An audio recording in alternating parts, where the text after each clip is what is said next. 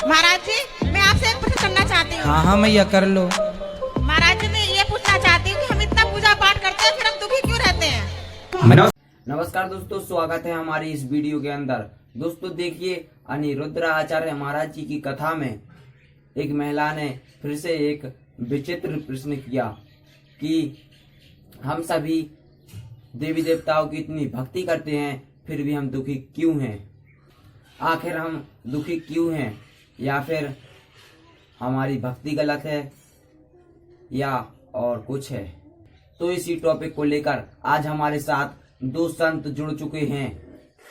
एक तरफ है हमारे साथ संत रामपाल जी महाराज और दूसरी तरफ है हमारे साथ अनिरुद्ध आचार्य महाराज।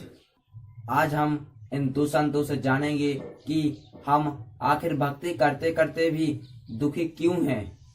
क्या हमारा भक्ति मार्ग गलत है या फिर और कुछ है? तो आज की वीडियो को आप पूरा लास्ट तक देखते रहिए। तो चलिए शुरू करते हैं आज की ज्ञान चर्चा को। और सबसे पहले जानते हैं हम विचार अनिरुद्ध आचार्य महाराज जी के।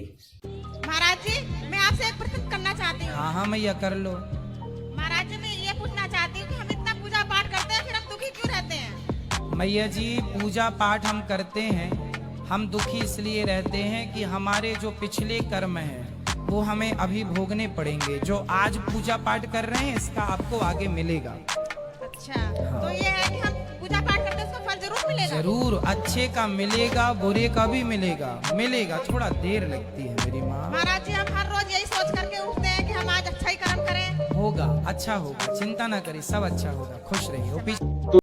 तो दोस्तों, अभी आपने सुने संत अनिरुद्ध आचार्य महाराज जी के विचार। अब जानते हैं संत रामपाल जी महाराज जी के विचार।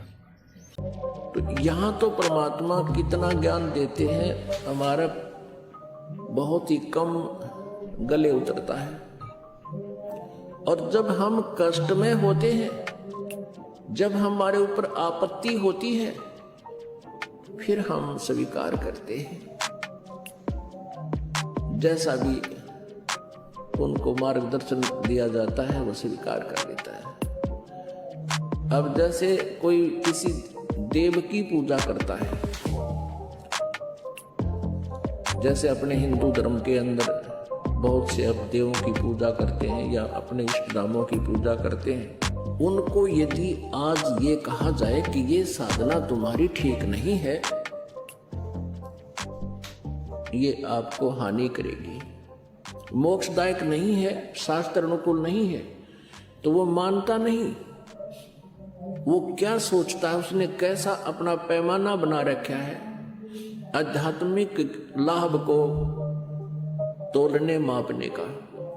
अब जैसे पिछले संस्कार पुण्य के आधार से आज किसी प्राणी की अच्छी पोस्ट है, अच्छी संतान है और संतान की भी अच्छी नौकरी सेट होगी है और उनका भी अच्छा गुजारा है, तो वो ये मान बैठा है कि जो पूजाएं हम कर रहे हैं, क्योंकि आपको बताया कि 50% अभी भी आस्तिक व्यक्ति है और वही 50% आस्तिक व्यक्ति कहीं ना कहीं परमात्मा के लिए कोई ना कोई अवश्य साधन करता है, क्योंकि आत्मा परमात्मा के बिना रह नहीं सकती है।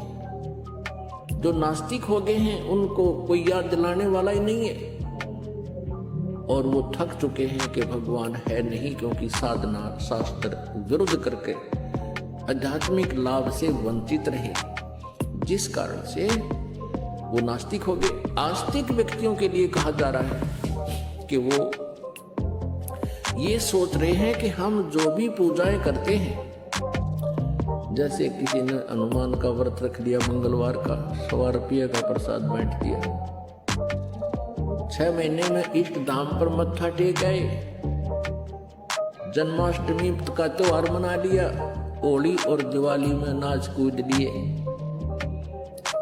और एक गायत्री मंत्र का जाप कर लिया या कोई और छोटे मोटे स्तोत्र 2-4 बार कर लिए। वो ये सोच रहा है कि ये सुख मुझे इनसे प्राप्त हो रहा है, और फिर उन पर आपत्ति जब आ जाती है और उनकी दुर्गति प्रारंभ होती है, वो जो साधना कर रहा था उससे तो कोई लाभ हुआ नहीं। फिर वो कहाँ जाते हैं? किसी संत या किसी स्थान पर जाते हैं जिसके विषय में ये सुना हुआ होता है कि वहां जाते सुखी होता है। अब वहां भी मत्था टेकने जाते हैं, कितने डंडी के धागा बांधने जाते हैं। अब वहां भी जब वो धक्के खा लेते हैं, कोई आराम नहीं होता और दुर्गति चरम सीमा पर होती है। उस समय कोई संत उनको मिलता है और वो फिर कहता है कि तुम ये साधना त्यागनी पड़ेगी और जैसे हम बताएंगे ऐसे करना होगा, तो वो तुरंत मान जाते हैं। जैसा आप कहोगे वैसा ही कर लेंगे, क्योंकि जिन पूजाओं को वो फाइनल मान रहे थे, सही मान रहे थे, जब तक पूर्व जन्म का शुभ संस्कार साथ रहा तो मौज माच रही थी।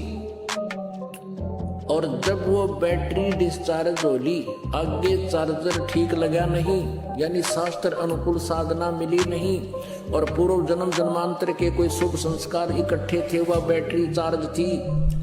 अब वो चार्जर ठीक ना लगने से वो पूर्व जन्म की बैटरी डिस्चार्ज होगी, वो पुण्य समाप्त हो गए।